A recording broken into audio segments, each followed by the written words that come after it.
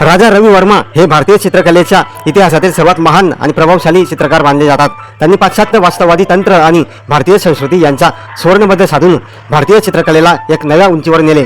हिंदू देवी देवतांना जसे लक्ष्मी आणि सरस्वती ह्या देवतांना हुबेहूब कॅनव्हासवर साकारले। आज आपण देवांची जी रूपे पाहतो ती बऱ्याच अंशी त्यांच्या कल्पनेतून साकारलेली आहेत। त्यांनी 1894 मध्ये मुंबईत लिथोग्राफिक प्रेस सुरू केला। यामुळे गरिबांच्या घरातही देवांचे फोटो पोहोचू शकले। रामायण आणि महाभारतातील अनेक ऐतिहासिक व हृदयस्पर्शी प्रसंगांना त्यांनी आपल्या चित्रांद्वारे जिवंत केले। जटायू वध आणि शकुंतला व नल आणि दमयंती इत्यादी त्यांनी पाश्चात्य तैलचित्र म्हणजेच ऑइल पेंटिंग पद्धत आणि भारतीय विषय व भावना यांची सांगड घातली। भारतामध्ये कलेच्या क्षेत्रातील अतुलनीय योगदानाबद्दल ब्रिटिश सरकारने त्यांना कैसर-ए-हिंद सुवर्ण पदकाने सन्मानित केले होते। केरळ सरकारने त्यांच्या सन्मानार्थ राजा रवी वर्मा पुरस्कार सुरू केला आहे, जो दरवर्षी दृश्य कलेच्या क्षेत्रात उत्कृष्ट कार्य करणाऱ्या कलाकारांना दिला जातो। राजा रवी वर्मा यांचा जन्म 29 एप्रिल 1848 रोजी केरळ राज्यात झाला होता।